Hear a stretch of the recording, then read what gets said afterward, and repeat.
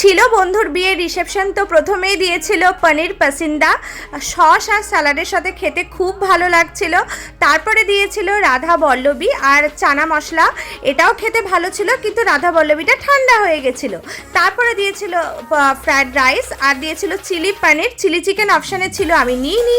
তারপরে দিয়েছিল সকলের ফেভারিট ভেটকি মাছের পাতুরি, আমি একটা না দুটো না তিনটে নিয়েছি।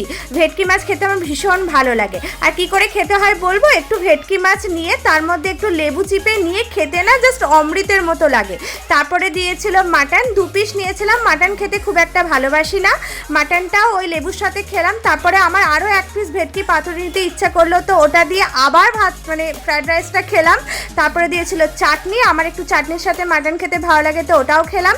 তারপরে দিয়েছিল ভাপা সন্দেশ, এটাও আমার খুব ফেভারিট বলে 3 পিস নিয়েছিলাম। তারপরে দিয়েছিল গোলাপ জামুন, আর শেষে দিয়েছিল পান আর আইস।